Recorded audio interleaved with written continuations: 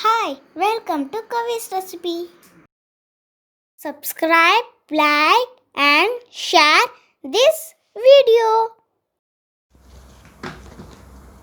Hi viewers, இந்த வீடியோவில் வீட்டில் உள்ள பொருட்களை வச்சு ஈஸியாக டேஸ்டியாக மஷ்ரூம் மசாலா எப்படி பண்ணுறதுன்னு தான் பார்க்க போகிறோம். அந்த கிரேவி பண்ணுறதுக்கு முதல்ல ஒரு மசாலா ரெடி பண்ணணும். அதுக்கு அடுப்பை ஆன் பண்ணி கடாய் வச்சு 1 ஸ்பூன் எண்ணெய் ஊற்றிருக்கேன். அந்த எண்ணெய் காஞ்சதுக்கப்புறமா 2 பெரிய வெங்காயம் கட் பண்ணி வச்சுருக்கேன். அதை அந்த எண்ணெயில் சேர்த்து நல்லா வதக்கணும்.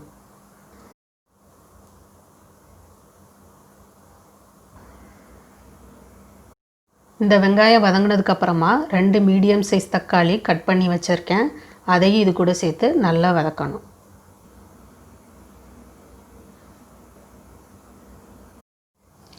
இது கூட காரத்துக்காக 3 சிவப்பு மிளகாய் சேர்க்குறேன். இந்த கிரேவி காரமாக தான் இருக்கும். உங்களுக்கு காரம் வேணான்னா ஒரு மிளகா கம்மி பண்ணிக்கோங்க. அதை நல்லா சேர்த்து எண்ணெயிலே வதக்கணும். இந்த மஷ்ரூம் மசாலா நிறைய மெத்தடில் பண்ணலாம். இந்த மெத்தடு குறைவான பொருட்களை வச்சு டேஸ்டியாக எப்படி செய்கிறது தான் இந்த வீடியோவில் நீங்கள் பார்க்குறது. தக்காளி, வெங்காயம், சிவப்பு மிளகாய் 3 நல்லா வதங்கிருச்சு. பாருங்கள், தக்காளி எவ்வளோ நல்லா சுருங்கி வந்திருக்குங்க. இப்போது ஒரு 15 முந்திரி பருப்பு சேர்த்துக்கலாம். இந்த முந்திரி பருப்பு இந்த கிரேவிக்கு நல்ல ஒரு க்ரீமி டேஸ்ட்டு கொடுக்கும். அது கூட 3/4 ஸ்பூன் கசகசா சேர்த்துக்கிறேன். அதையும் சேர்த்து நல்லா வதக்கணும். இந்த கசகசாவும் இந்த கிரேவிக்கு ஒரு நல்ல டேஸ்ட் கொடுக்கும். நல்லா வதக்கிட்டு அதை கொஞ்சம் நேரம் ஆற விடணும். அது ஆறுனதுக்கப்புறமா மிக்ஸி ஜாரில் சேர்த்து தண்ணி சேர்க்காமல் நல்ல நைஸ் பேஸ்ட்டாக அரைச்சிக்கிறோம். கொஞ்சம் எடுத்து விட்டு அரைச்சோன்னா நல்ல நைஸ் பேஸ்ட்டாக அரைஞ்சிரும். இந்த மாதிரி இருக்கணும். இப்போ மஷ்ரூமை க்ளீன் பண்ணிக்கலாம். மஷ்ரூமில் தண்ணி சேர்த்து அதில் கருப்பாக சின்ன பீசஸ் இருக்கும். அதை நல்லா தேய்ச்சி எடுத்துக்கணும். காம்பு பகுதியும் கொடை பகுதியும் சேர்கிற இடத்துல பார்த்திங்கனாலும் அந்த சின்ன துகள்கள் இருக்கும். அதையும் நல்லா கழுவி எடுத்துக்கணும். அந்த காம்பில் உள்ள ஓரத்தை கட் பண்ணிவிட்டு சின்னதாக இருக்க மஷ்ரூமை 4ஆகவும் பெருசாக இருக்க மஷ்ரூமை 8ஆகவும் கட் பண்ணி எடுத்துக்கணும். இப்போ கிரேவி செய்ய ஸ்டார்ட் பண்ணலாம். அடுப்பை ஆன் பண்ணிவிட்டு கடாய் வச்சு 2 ஸ்பூன் எண்ணெய் சேர்த்துருக்கேன். அந்த எண்ணெய் காஞ்சதும் ஒரு பே லீஃப், 3 கிராம்பு சேர்த்து அதை நல்லா பொரியட்டும்.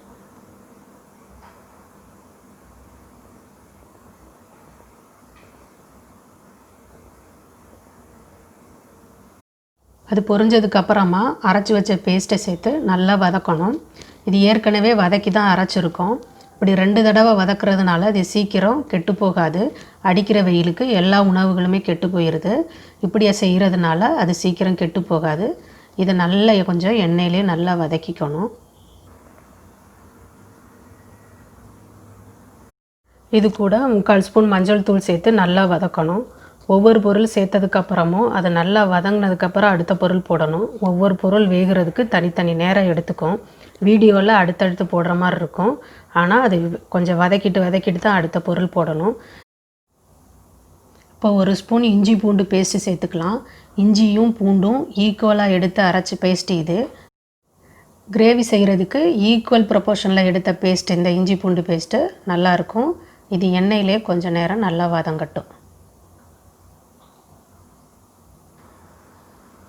இது கூட கையளவு பச்சை பட்டாணி சேர்க்குறேன். இது ஆப்ஷனல். இது இல்லாமலையும் இந்த மசாலா செய்யலாம். இந்த பட்டாணிக்கு பதிலாக உருளைக்கிழங்கு சேர்த்து கூட செய்யலாம். பட்டாணியும் உருளைக்கிழங்கும் மஷ்ரூம் கூட ஒரு நல்ல காம்பினேஷனாக இருக்கும். இப்போ இந்த பேஸ்ட் கொஞ்சம் திக்காக இருக்குது. அதில் தண்ணி சேர்த்து நல்லா கொதிக்க விடணும். அது கொதித்ததுக்கப்புறமா கட் பண்ணி வச்சுருக்க மஷ்ரூம் பீசஸை சேர்த்துக்கலாம். மஷ்ரூமில் விட்டமின் டி அதிகமாக இருக்குது. விட்டமின் டி டெஃபிஷியன்சி இருக்கிறவங்க இதை அடிக்கடி உணவில் சேர்த்துக்கணும். சூப்பாக எடுத்துக்கலாம், இல்லை இந்த மாதிரி கிரேவி மாதிரி செஞ்சு கூட எடுத்துக்கலாம். அது ரொம்ப நல்லது. இந்த கிரேவியில் மஷ்ரூம் வேகும்போது அதிலிருந்து தண்ணி வரும்.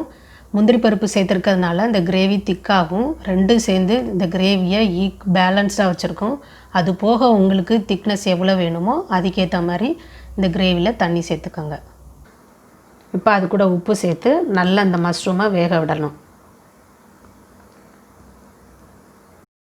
இப்போ 1/4 ஸ்பூன் கரம் மசாலா ஃப்ளேவருக்காக சேர்க்குறேன்.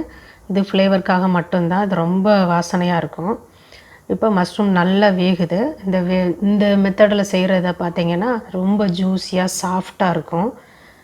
மாவு மாதிரி அப்படியே வாயில் போட்டிங்கன்னா அப்படியே மாவு மாதிரி கரையும். இப்போ நல்லா மஷ்ரூம் வெந்துருச்சு.